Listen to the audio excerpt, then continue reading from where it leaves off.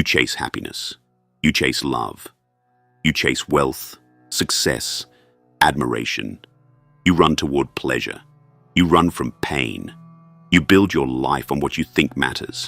Security, recognition, achievement. But somewhere deep down, you still feel it.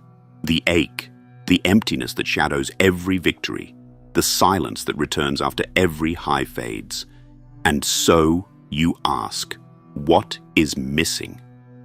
Aristotle answered that question over 2,000 years ago. Not with sentiment, not with theory, but with clarity, rooted in the essence of human nature. He said this: without friendship, no one would choose to live, even if they possessed all other goods. Because friendship, true friendship, is not a luxury. It is the highest good, not the most useful, not the most entertaining, the highest. Because friendship is where virtue lives.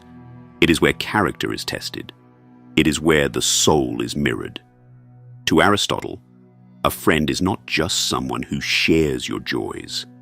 A friend is someone who calls you upward, who reflects your values, who sharpens your soul. There are 3 kinds of friendships, he wrote. The friendship of utility, the friendship of pleasure, and the friendship of virtue. And the tragedy of modern life is that most people never move beyond the first 2. Utility is everywhere. The people you keep close because they're useful, because they help your career, because they open doors, because they serve a purpose. But the bond is fragile. The moment the utility fades, the friendship disappears. You see it in business. You see it in politics. You see it in shallow social circles where alliances shift like the wind. Then there's pleasure. The ones who make you laugh. The ones who make you feel good. You party together, travel together, distract yourselves together. And it feels real until the pleasure fades, until life gets hard, until truth enters the room. And then they vanish, because they were never really there for you. They were there for the feeling. But then there is virtue, the rarest, the deepest, the only kind that can endure the fire of life. A virtuous friendship is not built on gain or escape. It is built on character, on mutual recognition, on the silent, sacred understanding that what you see in the other is what you are striving to become in yourself. These are the friends who do not flatter you. They challenge you. They do not coddle you. They confront you. They do not compete with you. They celebrate your rise because they are rooted in their own. To Aristotle, this friendship is not just desirable. It is essential, because no one can fully see themselves alone. You need a mirror. You need someone outside of you who calls you to your highest self, not through words, but through presence, through trust, through consistency. You see, the good life, the eudaimonia Aristotle spoke of, is not a solitary path. It is not found in isolation. It is found in relation, in communion, in mutual striving toward the good, and that striving requires others, not just anyone, but the right ones. True friendship is rare, Aristotle admitted, because true virtue is rare. Most people are caught in appetite, in ego, in performance. They are not grounded in character, and so they cannot give what they do not possess. That's why most friendships fail, not because of betrayal, but because they were never rooted in virtue to begin with. They were built on sand, on convenience, on image, and when the storm comes, they crumble. But a virtuous friend stands, not because it's easy, but because they have chosen you, chosen your soul, not your success, not your shine, not your mask, your soul. They have seen your darkness and remained. They have watched you fall and refused to leave. They have heard your silence and still listened, Because the bond is not transactional.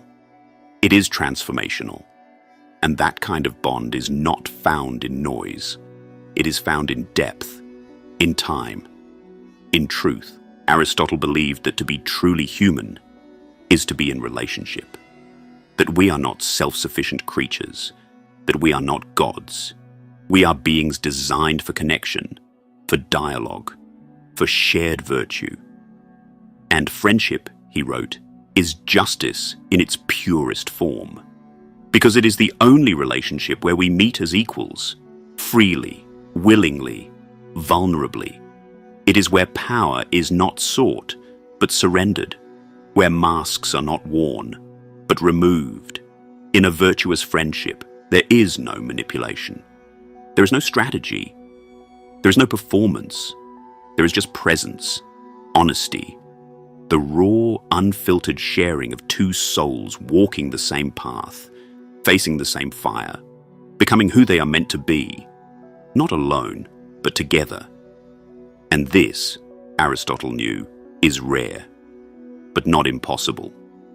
So the question is not, do you have friends? The question is, do you have friends of virtue? People who call you higher? People who tell you the truth?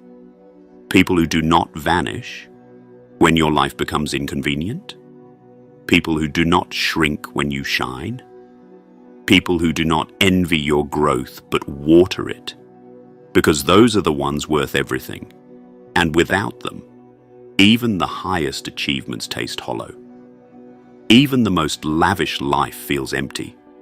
The irony is that we are more connected than ever. We have followers, subscribers, likes, messages. But fewer and fewer people can name a single person who would bleed for them, who would sit in silence with them, who would stay when everything else falls apart.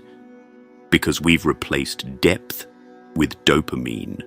We've replaced presence with performance. And we wonder why we feel alone. Why, in a world full of access, we feel unseen. Aristotle would say, it is because we have forgotten the nature of friendship.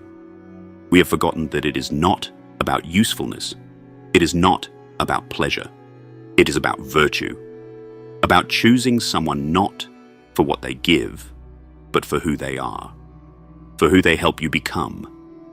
And to become that kind of friend, to attract that kind of friend, you must first become a person of virtue yourself. You must become consistent, honest, courageous, grounded. You must be willing to walk away from what is easy in order to protect what is real. You must be willing to be alone for a time if that aloneness preserves your truth. Because nothing corrupts the soul faster than false friendship.